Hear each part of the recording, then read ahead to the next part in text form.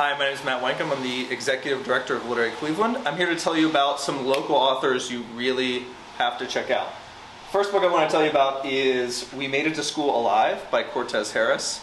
Cortez, in addition to being an extraordinary poet, is also a CMSD elementary school teacher. And so these poems are about the students, teachers, parents, administrators who make up our schools here in Cleveland, and how they face systemic barriers of racism and white supremacy, but overcome it with joy and hope and beauty.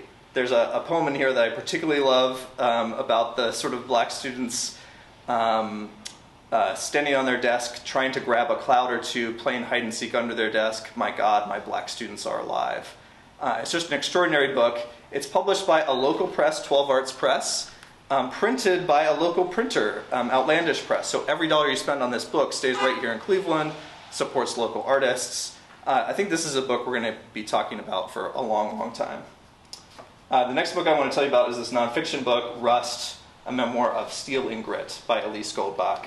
Elise worked in the steel mills here in Cleveland and wrote a book about her experiences. So if you've ever driven past that eternal flame that's above the stacks there and wondered what's happening beneath, this book really gives you the details of the life within the plants. I feel like I got my fingers dirty turning the pages. It's that sort of detailed.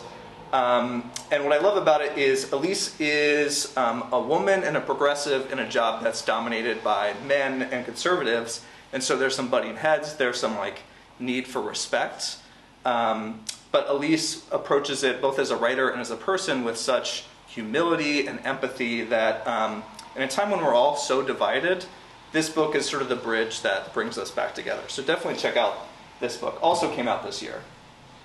Third book I want to tell you about is Thuri Umagar's novel, Everybody's Son, which is just an extraordinary book.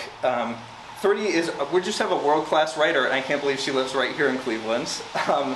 This book starts with a young boy who is alone, seemingly abandoned by his mother for 7 days in a locked apartment on one of the hottest weeks of the year.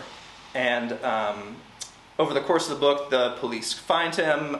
He's taken into foster care and eventually adopted by this rich white family who then are struggling with the sort of cultural differences with raising this black son, who over the course of growing up learns more about his background and his mother and what really happened to him. And it's so complicated and really, really moving. So if you're a fan of Zadie Smith, of Celeste Ng, you should definitely check out Everybody's Son. The last book I wanted to recommend is this new graphic novel, just came out, called Kent State, 4 Dead in Ohio by Durf, who also wrote My Friend Dahmer.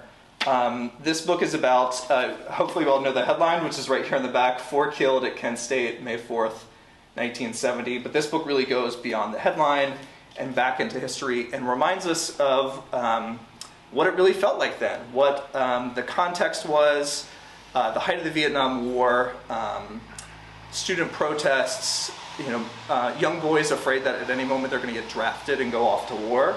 And the images in here, this beautiful, beautiful images, the research that went into this, the characters that we follow, all sort of take you back to that moment so that it doesn't feel like you're in 1970 anymore. It feels like you're in 2020. And so you really sort of understand what the power of literature is with all of these books to transport you through time, to different places, into the lives of different people. And what I love is all these books are by local authors, and so I think I hear often people talk as though the only writers that are real writers live in New York City or California. And these are some of the best writers in the world that live right here in Cleveland. You've got to own these books. You should definitely give them as gifts. And it's probably good if you get them right here at our local indie bookstore, Apple Tree Books. Thanks.